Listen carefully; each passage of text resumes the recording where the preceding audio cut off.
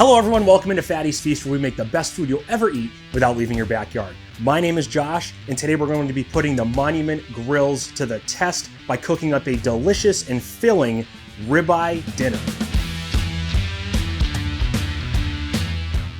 All right, it's time to see what all the hype's about.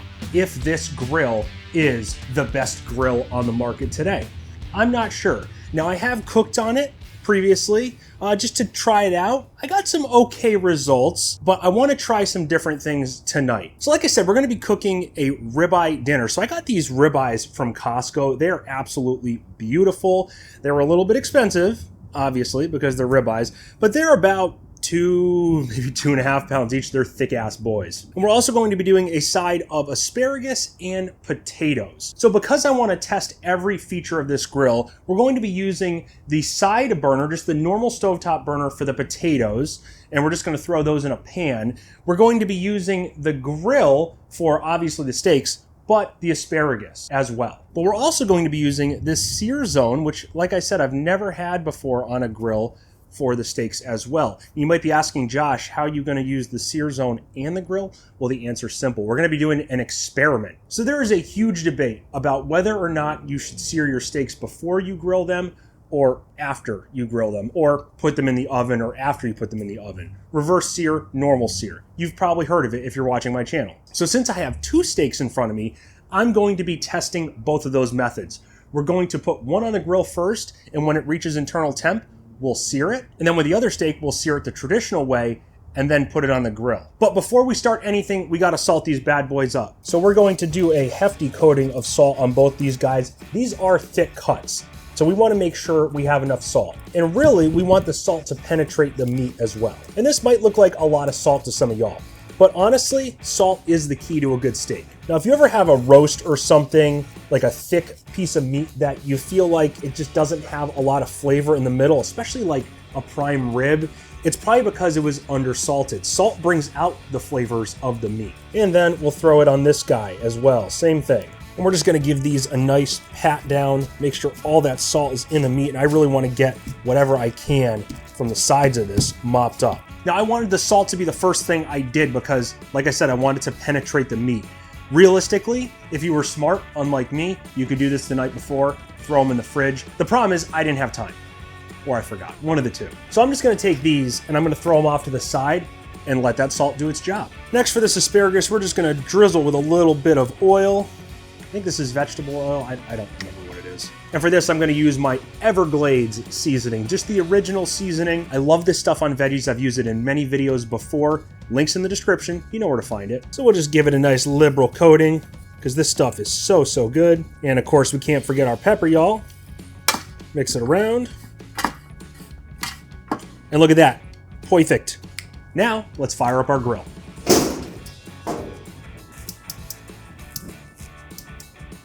So I'm gonna put my veggies on the right side. I'm gonna turn those down to about a medium low, and then my steaks will go on the right side. So these will be at about a medium. And we'll shut her down, let her warm up. All right, so I'm not concerned about the side burner or the sear zone at the moment. We can just turn those on when we're ready. But with this grill, the instructions say about 10 minutes or 15 minutes for it to warm up completely. So while we're hanging out here for a few minutes, I just want to talk about the benefits between traditional searing and reverse searing. Now, I've always been a traditional sear guy.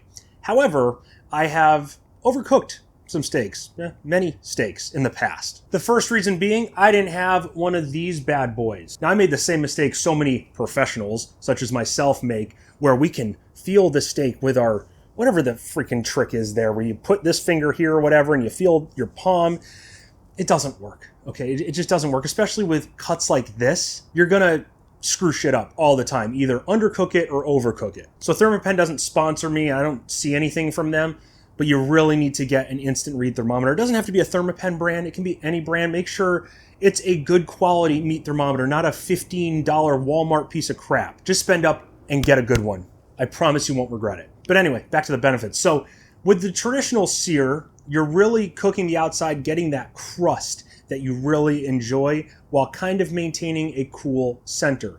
The problem is, like I said, it's very easy to overcook. And the reason you overcook it is because the steak keeps cooking once you take it off. So once you get it to an internal temp that you like, you take it off, and it just keeps going, and you have sometimes uneven spots. And you also risk burning spots. You could have one end that's medium rare and the other end medium well.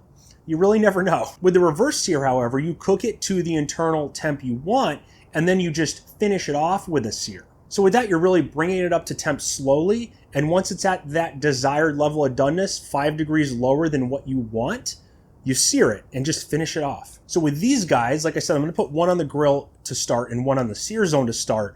But with the sear zone, I'm gonna put it on about a medium heat, and I'm only gonna sear them for maybe a minute and a half aside, just to get that nice crust. And we'll put the sear zone medium high to high, just so we don't burn anything, and it's gonna be a quick sear. And as you can see, our grill's at about 400, and y'all knew that I was gonna add pepper as well. Come on now. We're not going crazy here like a brisket or anything, but we're gonna put a generous amount, as always. And you can see that juice coming out when I flip that steak. That's all that moisture. You might think then the steak's gonna be dry, but it's not. It's gonna be perfect. And we're using coarse ground black pepper, the same thing I use for all barbecue. And who needs a girlfriend when you got steaks like these? Look at that. All right, so we're gonna start with our potatoes on a medium heat or so. We're gonna put down a little more oil than that, generous amount of oil. All right, so let's get our potatoes in there. Give them a nice stir to get all that oil incorporated. And you all know, you need a healthy serving of butter. All right, we'll let that butter melt down. Notice I got my grill basket in the grill. This one's from Grillaholics, links in the description. It's very handy, especially for things like asparagus, so they don't fall through the grates. And let's just dump these guys right in. Basically, I just want to even them out like so, a little bit, and we'll shut that down for now. Going back to our potatoes, let's mix these guys up just a bit to get that butter melted down. Oh God. And for the taters, I'm actually going to be doing something I don't normally do, but I'm using adobo. This is a great all-purpose seasoning, and it contains a good amount of salt, so it'll be perfect on these potatoes. I always kind of forget about it. But of course, can't have something without black pepper. I don't know if I mentioned, I just got this one on a medium heat, medium low-ish. And we'll let them chill. All right, let's get our sear zone lit to max. And while that guy's warming up, we'll take our first steak and we're gonna put him right here.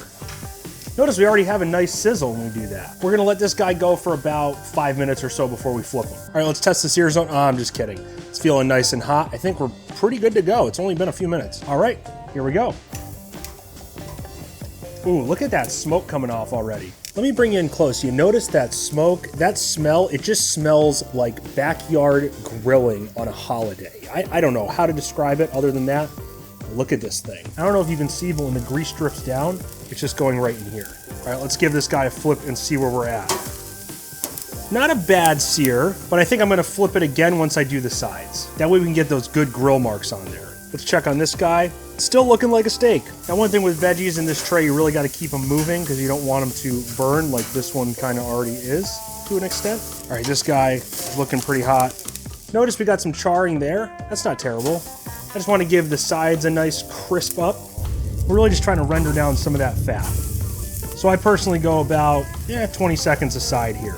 Look at how that fat just burns right off. You gotta love that. But this is my problem with grills, is you get these flare-ups like this, but if you're in control, it's not terrible. All right, let's just throw this guy the opposite way like that. We'll give it a few seconds like that. And this guy in here should be ready to flip. Notice, no real sear on that, but that's not what we're going for. And one more flip. Oh, that looks good. Check this out. Do you see this guy? Oh my God. And we're gonna throw this guy right there. Notice I have one over each burner just to kind of even it out. And then let's just take an internal temp. We're at 74 degrees on the seared guy, 78 actually. And on this guy, we are at 68 degrees, almost 69, almost the perfect temp. So let's shut her down. Taters are getting a nice char on them. We're loving that. And I actually kind of like when my potatoes are a little bit overcooked, but crispy on the outside and falling apart like that. I don't know why, it's just amazing. I'm actually gonna turn these guys off and just let them sit. And we'll put the cover on so they stay warm. All right, let's check on these guys. Flip this guy over. Look at the color on this thing. We'll give this guy another flip. Notice, not as appetizing. The seared steak is definitely a little bit hotter. This guy still mid-80s. This one's mid-90s or so. Want to give one of the asparagus a try. Pretty damn good. I like it. So I just turned these two burners off because the asparagus are done and the potatoes are done. I will say, I'm a big fan of griddles, but cooking the potatoes and the asparagus on the grill was actually much faster, probably because they were undercover. possibly. You know, potatoes I normally don't cover up except with a basting cover, and asparagus I never cover up. So cooked pretty quickly. I thought they were gonna take the longest, honestly. Okay, so let's take a temp again. It's been about 7 minutes. This guy's at 120, we're good to take off. And look at that.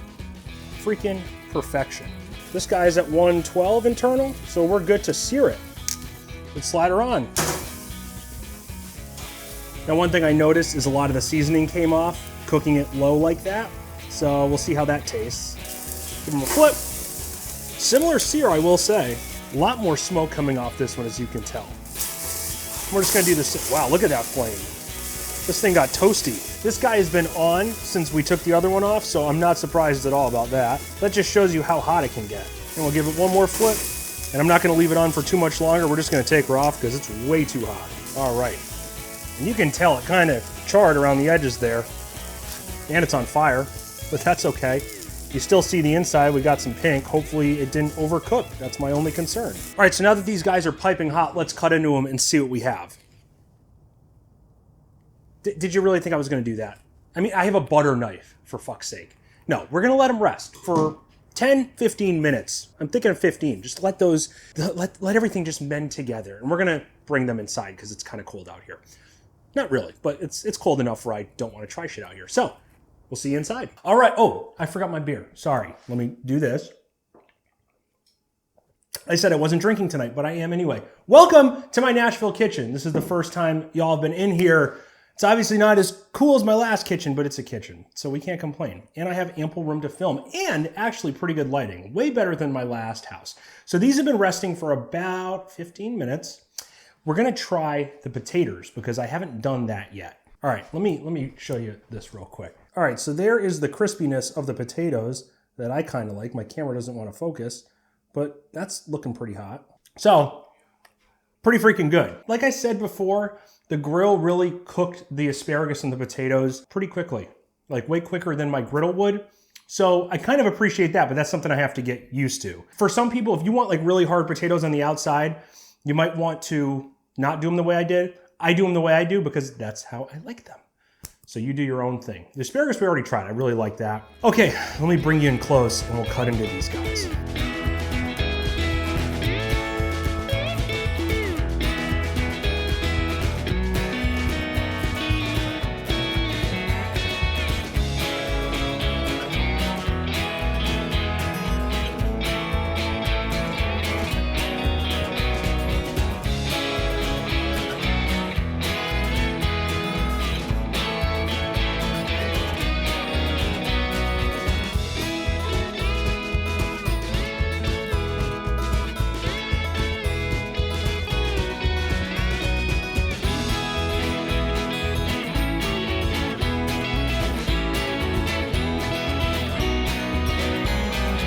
Okay, so obviously this isn't a blind taste test. I know which one is which. As far as doneness goes, they look pretty much the same. I was concerned about the reverse sear because that sear zone got very, very hot at the end and I thought it was gonna burn.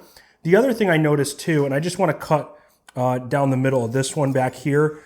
When I took the internal temp of the rear portion where the fat band was, it was higher, but I mean, it's a little bit more done. It's not 150 or whatever the freaking thing said it was.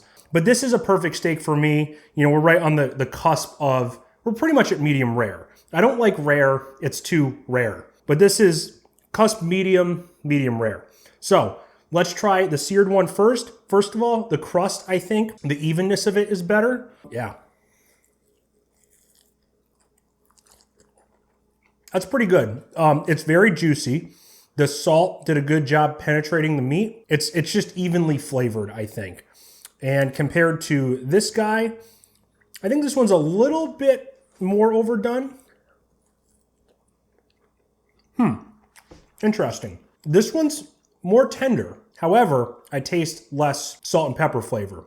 Probably because a lot of it rubbed off on the grill, as we saw earlier. But with these steaks like this, you really gotta flip them pretty frequently to prevent burning because they're not like an inch steak. These are 2.5 inch steaks. You got to constantly move them around. I know some of you are going to disagree with me, but I don't know how you cook steaks. That's how I do it. because that's how I found is best. I've burned the shit out of some of these steaks, not flipping them constantly. Obviously, when they're on the sear zone, we can just let them do their thing, because if you flip them while they're on the sear zone, every 10 seconds, you're not gonna get a sear, right? But that's really weird, because the flavor is so much better in the seared one, and a lot of juice came out of the reverse seared one, but honestly, like it's pretty much the same. So I think in the long run, I don't know. They both worked out pretty well. The sear method, sear first, then grill, is definitely quicker, as we saw, than the reverse sear. This one came off probably 5 minutes before I was done with the reverse sear. That's just how it goes most of the time. If you look up reverse sear, you're gonna see that in most places. But as far as the flavor goes and stuff, I prefer the sear method. Like I said, surprisingly, this one I thought was gonna be a little overcooked. It's really not. And the reverse sear method is so famous for allowing you to not overcook your food. So I really don't have a winner, but I think the main objective of this, you know, if you want an easy one, sear then grill, just get it to the internal temp, take it off right at 120, okay? Don't forget that. Same thing with the reverse sear, take it off at 120, then sear it. But I think that sear zone makes a huge difference, and that's what we're trying to test. I love that thing. I'm gonna use it all the time. It sears actually better than I think my griddle did, because my griddle sometimes had issues getting up to a hot enough temperature to really sear. I think it cooked more even than the grill. I will say that. There were spots that I was temping where it seemed a little uneven, but I don't know. I'm just gonna keep you guys on camera, I think, while I eat food. How's that sound? Sounds good to me. Yeah, pretty freaking good. So I think for a quicker, really good steak, sear it first, grill after. If you want a more tender steak, it's gonna take you a little bit longer, just like a brisket would for tender meat. Grill and then sear. I'm gonna keep trying both and see if I can perfect it. And I'll come back to you guys at some point. But this concludes this episode of Fatty's Feast. If you hadn't seen the walkthrough of the Monument grills that we just used, I'll put a link in the description and at the end of the video, so you can check that out. But if you found value in today's video, please smash that like button. Smash it as hard as you can. Get this content out to more people. Leave a comment on things you want to see me make on the smoker, on the griddle that I don't have yet, on the grill, on an open fire pit. I really don't care. Over here, I'll put that video that I just mentioned. And then over here will be my griddle beef meat, whatever the hell I named it, playlist. Hours of entertainment just for you. And smack dab in the middle, as always, if you love this bald, bearded, all around average, diabetic, my arm sensor's right here, face so much, you can subscribe to see more of me. And until next time, everyone, stay safe, stay happy, stay healthy, and stay hungry.